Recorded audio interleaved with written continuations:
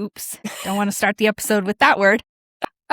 Folks, my son's favorite word is damn it. Okay, we'll just kick off. We'll just kick down the door. I think it's awful and hilarious in the same vein. It's not even my choice of words. Okay. Yeah. My favorite word is the F word. Yeah. And I'm saying, because Tressa, we thought we were recording, and Tressa's you know, like, so it made me think about this. I was saying that word. Yeah, because it's not my word choice. So this is a favorite of his father's. And I've laughed because everyone always is like, oh, you're so colorful, Myra. You know, your kids are going to walk around. And bro, my kids don't say the words I say. And Magnolia's never said the words that I say. Now, I do believe in, you know, like, it's labels, right? And I think there's, you know, whatever. And Magnolia is so inquisitive that I can actually have full conversations with her about words and what we're saying and why, and, you know, like, hey, look, I choose to say this. It's not really appropriate for you to say that right now, you know, like, yeah, you can't go to school. Like, we live in systems where, like, if you go to school and say that, you're not exist tomorrow. Yeah. We got to be contextual here, you know, read the room. Yeah. And so, but with poor little Draco, he loves it. And then Blake will be like, don't say that. And then Draco says it again and laughs. And then just runs going, damn it, damn it, damn it, damn it. And he's 2, right? So, like, it's hilarious and awful in the same. And he's about to go back to preschool. And I'm like, bro, you got to stop drawing attention to it, Blake. Because now he knows that he was using it in the correct way, which made it really funny for a minute. But it's not as funny now that we're getting out of summer. Swears.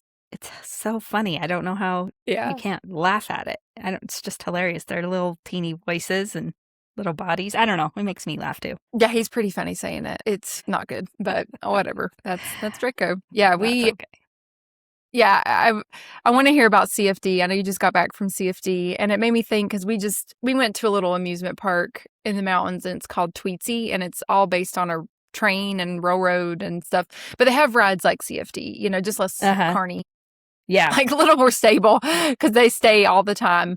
But similar little rides all the time. Yeah. Like Lagoon. So it made me think about it. Yeah. So it made me think about it with CFD. But anyway, I was just going to share. Speaking of Draco, he went and rode like big people, like the tilt-a-whirl and like crazy stuff. And he got scared, but he still got back on other things. So it just was a lot of foreshadow that this will be, he just was like, all right, I'm ready again, you know, and Magnolia was not like that. And he just would get right back. He would get off a roller coaster, go right back on one, then get on the kiddie one, then ride the tilt-a-whirl. And like, you would see his little face like, you know, but he wasn't traumatized. So he is the thrill seeker. He's going to be the damager and the thrill seeker. Yeah. Yeah. He's not going to be afraid. That's cool. And he's so tall. No. He can probably ride every adult ride. Yeah, he was so tall. We had to... Because he's 2.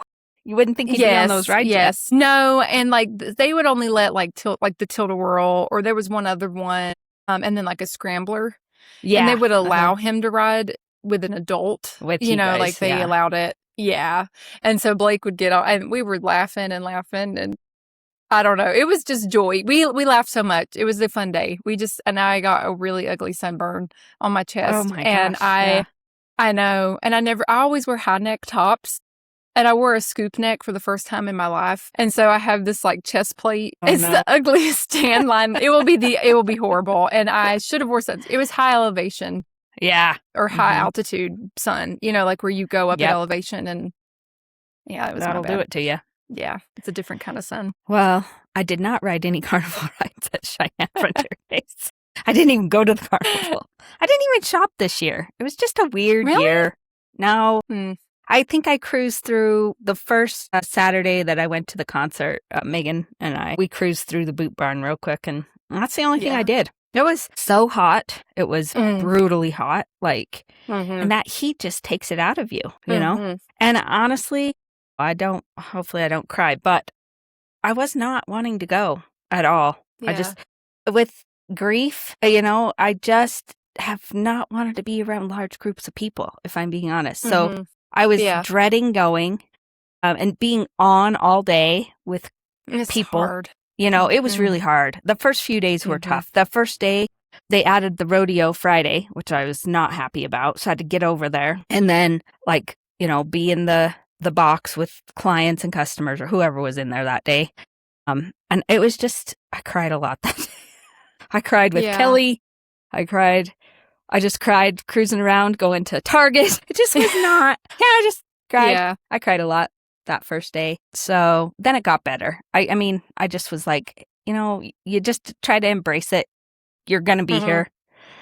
You have no choice. Like, this is your job. So then I tried to just shift that. But I did it was really interesting before I went. I had a reading last month with a gal out of Austin.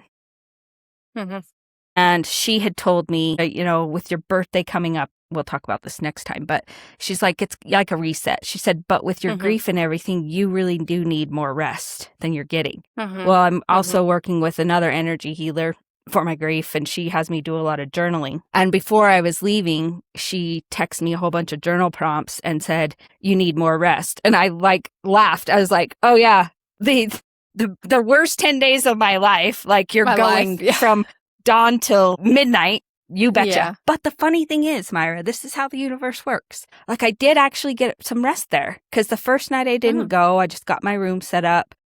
Yeah. Then I did go Saturday, Sunday. Then Monday, Tuesday, I didn't do really anything. Monday night, stayed in. Every morning I could get up, have some coffee and journal. Tuesday, just went to a movie. So I did have a few days where I could just kind of relax, So it, like I said, it wasn't so bad. It's really, it's bittersweet, like, because we make contacts there. We make, like seeing Kelly, seeing Brad and Sarah, seeing Paige, these people that I love. So there was good times had. Olivia, people that we have partnerships with. So it was really fun to see them. But anyway, I survived. I'm proud of you. Thank you. What movie did you see? Disclosure Day. You've got to see it. You've got to see it, because I had been prompted to see it, and a lot of the metaphysical people I follow were talking about, like, this is not coincidence that this movie's out right now, because Disclosure's coming. We've talked about this multiple times, right? Yeah. It's so good. Yeah, you got to see it if you haven't. Okay. I have not, but what's really weird is before this episode started, I was like, I wonder if Tressa goes to the movies often. I don't know. Like, I was trying to picture you at the movies. Well, the funny I was thing wondering is, if you were seeing the Odyssey. Like, I was thinking about you in the Odyssey. I do too. And I was thinking about you, and I was like, because I love Greek mythology. I really like the Odyssey. I enjoy that story. I love the message in it and what it teaches. And I don't know, I love all that stuff. And I was thinking about, like, that's like one of the few I was reflecting on my own feelings and thoughts about metaphysical spaces, right? And deities and guides and mythology and in the mystical space. And I'm like, I've always been so drawn to this stuff. And so I started like spiraling. But then I was like, I wonder if Tressa goes to the movies. I wonder if she's seen this movie. So I was thinking, I was like, damn, was she about to tell me she saw the Odyssey at CFD? So anyways, but Disclosure Day is also a good one. And I have also been told to see that movie. So yeah, I had been so drawn to it. And when we decided to go to the movie, Summer, another gal that was there with me, I looked up, because the Disclosure Day had been out since June. So I was like, maybe it's not even here. But it was. Yeah. I was like, so this is meant for me to see. Because I thought, okay, if it's not, we'll see Odyssey. But once you watch it, we'll have to do an episode on it. Because I want to watch it again. I think there's things that you'll pick up again in it. So anyway, good movie. Go see it. Well, I wrote that down. Yeah. So I think something that I just want to end on that the topic about like being on in the 10 days. Tressa and I had chatted a little bit when she was at Frontier Days, and I shared with Tressa my thoughts and feelings too around it, where I felt it's a lot of pressure to be there before, like there's a lot of lead up, and then when you get to this event for how long that it is, and when you work it and you're in the business of it, like you're not there for joy. Yeah, I mean there are moments of joy. There are moments of connection and happiness. I think about, or I expressed to Tressa, there are times that I felt so isolated and very lonely at times. Like it was, even though you're surrounded by people, there's a level of isolation. But then there's also some weird moments of rest. I don't know what it is about this event. Like I really feel like it would be very interesting to channel into the event itself because Even the last time I went, my very last time, I had a feeling it was my last time. And it was probably one of the hardest times I had ever been there because I was in a space when I really didn't want to be there, but I wanted to be there. You know, like it was happy and joyful and I was happy to see people and happy to have fun. But I was entering a phase in my life where I was grieving things that I wasn't ready to let go. It was a different form of grief. It wasn't over a physical person. It was over my physical self, really, or the ego of myself. And I didn't know it in the time, but I was trying to force so many narratives. And being there, though, really amplified it. I don't know what it was about it, but it made it harder. It was just intense. Then my family couldn't be there either. And yep. I don't know. So when you'd messaged me, I was like, gosh, you know, and I think about the times that I've been there, there have always been some sort of moments or monumental things. Like there's something about July, you know, like, and I'd never been fond of July. And when you go and you're expected to be there, it feels like your whole month of July is gone. I don't know. It does. Or it takes your time. You can't do any your time. It takes. Yeah. Yeah. And anywho, so this year I was at the beach during the time. And so it was very different. It was weird. It was just weird. Yeah. So anyways, that's not the episode, but this was a good conversation. It was. And it kind of is the episode to a degree because we want to talk a lot about self-love and how you treat yourself. And one of the things I did that I was really proud of myself for doing that Tressa 8 years ago, probably wouldn't have done is I reached out. I reached out to you. I reached out to Lisa, Leslie. I reached out to people like, hey, I'm not okay. And just that dialogue helped, you know? Yeah. Like when you told me that you felt isolated there, I was like, oh, good. I'm not alone. You know what I mean? Because again, you're like, it's like you can't do spiritual bypassing. I can't just say, well, I'm just going to focus on, I've got Kelly here and this person here and that person here, because the feelings were true, right? I mean, I was feeling isolated. I was feeling alone. So, you know, that's a form of what we're going to talk about today is self-love and letting other people help you, because I used to really struggle to do that, you know? And so I'm happy that I was able to do that. And what's interesting to me too is like even texting you, like I mean, we're not always looking at it, but everybody I text like immediately responded. Do you know what I mean? Like it was like, it's like they were waiting for me. I was awake. I know. I was like and sitting there late. and for you, it was late. So I didn't even expect you to respond till maybe the next day. It was interesting. I was sitting there and I was like, oh, she texted me. I was telling Blake, I'm like, God, you know, he was laying there. We were laying in bed. I don't know. I'm in a form of hibernation. I mean, I'm trying to not be, but we were definitely laying in bed and we were sitting there. It was late though. So, I mean, it is justifiable, but we were laying there and I was like, oh, she texted me. And I said, we were like, at CFD. And he's like, gosh. And, you know, he and I started then having a sidebar, you know, but like I was just very reflective, and it is a time to be reflective. And there is like, I don't know what this is. Maybe I need to really look into it, but there's something about it. Like there's something so reflective about being in a position where you kind of don't have control. I mean, you don't have control. You really don't. Nope. You are on a time frame that is not dictated by you. It is dictated by a schedule around the event, but then the schedule around your business obligations, because you are there to perform a job.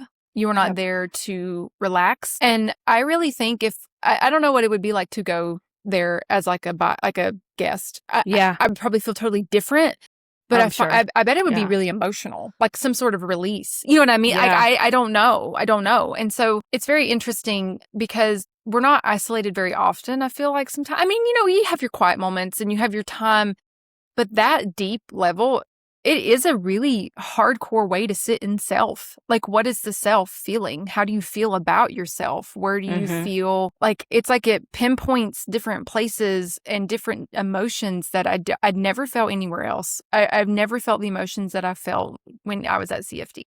Yeah, I know. It is interesting. I don't know what causes that. Well, you're you're away from your home again, right? You're away from your community. You're away from so many things. And like you said, so much it's out of your control. You're adhering to a schedule that you have to do, period. Right. And then just being around that many people, you know, just the event itself, you know, 10,000 or how many ever they have it there every day, right? And thinking about the energy transfer. So one of the things that I really tried to focus on this year, because I knew I was already sensitive about everything, was really protecting my energy. Usually I like to project my energy and be the force, but I couldn't do that. Like I couldn't have enough awareness because of everything else. So I just did a lot of energy protection this year to try to help that. But it reminds me of something I just heard, and I've said this before. Like, you can be alone and not lonely, and you can be surrounded by people and feel very lonely.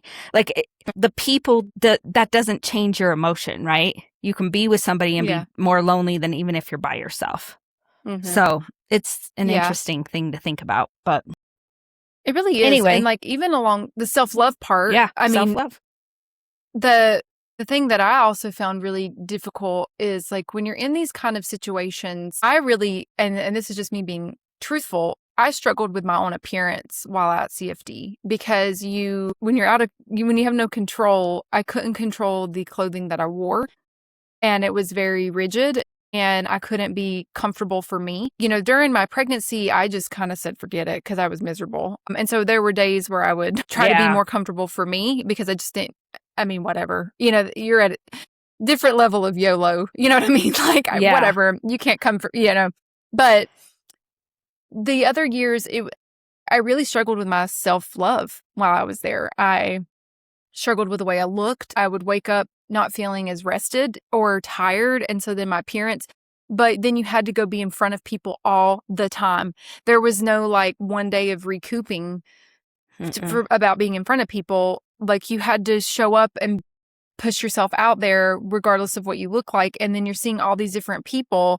There were moments where I would struggle with comparison, like the way people looked, or if I didn't see people and that's the only time they saw me, I was like, well, how do I look? How am I presenting myself to these people? And so I struggled with that too, with some of that environment, and was really reflective on appearance and how I looked and what it looked like compared to other people and what people were wearing. So, you know, that came to me when you were talking about like the energy exchange in general.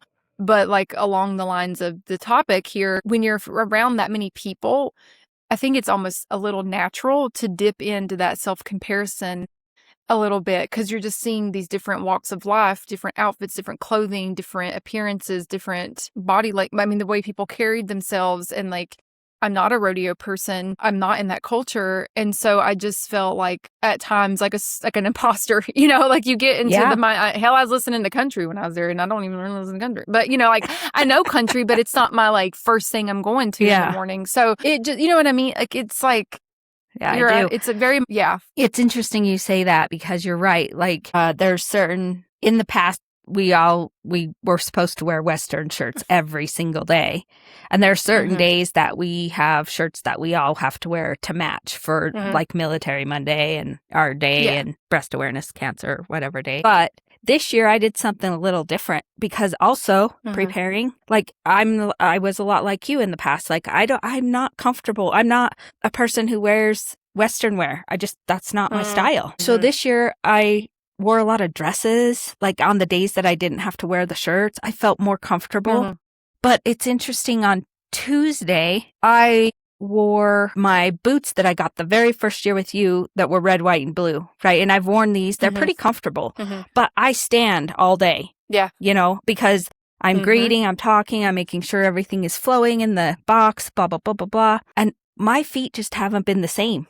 Like, they just have not been the same. Really, since I did my sheep hunt, I've messed them up because of the hiking. But I had to stand there all day. And then it was the governor's reception that night. So standing at the table, I could hardly walk by the time I got back to the room. Like, my feet hurt so freaking bad. And you know what? After that, and when you're not comfortable in your clothing and you're in pain, you're not going to present yourself the best. Even I had, I met one of the gals that we work with the University of Wyoming Foundation that night at the governor's thing, and standing there having a conversation with her, I could hardly focus on my time with her, which was valuable because my feet hurt so bad. So after that, I was like, you know what? I'm wearing Birkenstocks. Like, you can lump it, or I don't care. My feet are not going to go through this. You know, I'm not going to put my feet through this for appearance. I just can't do it. So I just made a decision that I need to be comfortable, because the more comfortable I am, the more energy I can truly give, right? Exactly. And so that goes into self-love too, not letting something outside of ourselves, fashion, I used to say, and women do it all the time, they're uncomfortable for what they believe is fashionable or sexy or whatever, but I think sexiness comes from authenticity. I think it comes from hell yeah, you loving yourself, you being yourself, you dressing the way that you want to dress. Yep, I agree. I love that segue, because I think about, there was this time, folks, and I won't go into too many details, but what you need to know is that Tressa just was wearing a fucking ball cap and jorts. Oh, yeah. I don't even know what the hell she was wearing. Bermuda shorts. Seriously. I mean, she's Bermuda cute. shorts and a ball it fits cap. her vibes. Yeah. She was and in Birkenstocks. Okay. I did have on my Birkenstocks. The Birkenstocks made me think about it. Yeah. Honey, folks, people, she's right. When you are comfortable, when you are authentic, when you are vibing, that is true sexiness. That is true beauty. That is true empowerment. And I know it's funny, but I can't let this out of my head, because it was a lesson for me. It was a lesson for me. It was a beautiful lesson of Tressa's charisma, Tressa's vibes. She could be a million miles away and people wanted her attention. People wanted to buy her things. People wanted to just be around her. We were able to have an experience that night due to Tressa's authenticity. She wasn't trying to be anybody that she wasn't. She was wearing exactly what she was comfortable in. She was vibing with it. She didn't give a shit. And it was magnetic, and it's the truth. And when you go out, and, I used to think about this, especially when I was seeking that kind of validation in times of my life, where I would dress a certain way or present myself a certain way and then wonder why no one came up to me, or why are they approaching this person or that person? You know what I mean? I could have been standing there naked and they wouldn't have approached me because my authenticity wasn't there, right? Yeah. I was dressing or vibing for the wrong reason and trying to present myself in a way that wasn't true to self, because I was not embracing my own person, who I am as a person and who I needed to be. And it's funny because now there are different things that come through. There's different charismas and connections and vibes and whatever, I went to the movies the other night, and I like movies. So this is what made me think about Tressa going to movies. But I went to the movies and I was really stressed out. Okay. I was running a little behind, and I've been working on it, folks. I need that to be out there. I've been really working on my time management and addressing the root cause. But I was running behind for this situation because I hadn't addressed it yet. But anyways, I just was really I was feeling a little blah. Okay. I'm just going to be honest. And I went into the movie. I watched the movie with my family. My aunt invited us. And so it was my aunt and my nephew, her son, or my cousin, he ain't my nephew, so son. And then my mom came, and then my niece and my daughter came, right? And so we all went and saw, it was the new Moana movie. And I didn't really care to go. I almost didn't go. I was really annoyed because Blake was golfing or something. You know what I mean? And I was just you know what? Let me go. I should make the memory, blah, blah, blah, or whatever. It would end up being really good. It was fun. When I left the theater, I went to go play the claw machine because I like gambling in all forms. Claw machine is one of them. I'm trying to play the claw machine. Yeah. And this lady comes up to me who checked me in at the movie. And she's like, I just want you to know that you're really beautiful and you look like you have your life together. It's what the fuck? And I mean, I felt the opposite, right? I felt the total opposite. Yeah. And so it's really interesting. I bring this up because I think about when, I was really trying to be in the moment, just be there, even if I didn't care for the movie, and be in joy with my family. And even if in my mind, I think I'm blah, blah, all the emotions and all the things, it was such a nice compliment. And it made me reflect about wow, okay, so there's a disconnect. There's something going on here in the, Tressa called the monkey mind, right? Yeah. Mm-hmm. There's something going on here that's not true to me and who I'm being. And so it was just really interesting. And I've been thinking about that. It was a very kind compliment. I totally was unexpected.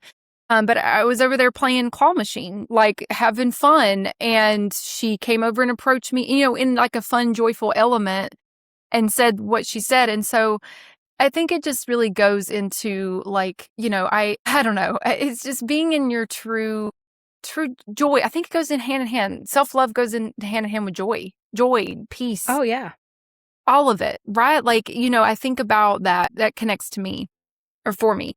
Yeah, I think because when you truly are in self-love and comfortable and understand who you are, you bring joy. You immune joy, right? That energy is felt. Yeah.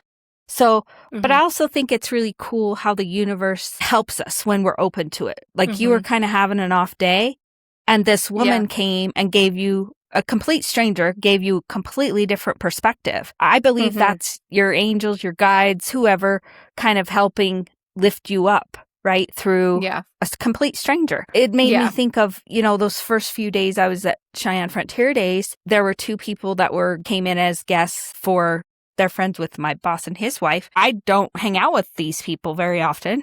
I see them usually once a year, but I had the best conversations with them. Like they helped me, they lifted me up in ways that I couldn't have ever imagined, and so I had so much gratitude because I felt like, I know that they were there divinely. It was a bigger purpose. Like they didn't probably even know how much they helped me out. And I really, truly thanked them, the last night they were there. I'm like, I had no idea I could have this kind of connection and these conversations. And I just was so grateful that they were there. And like I said, completely unexpected, So anyway, self-love, people. And the reason that we kind of talked about this, like it's just been this week.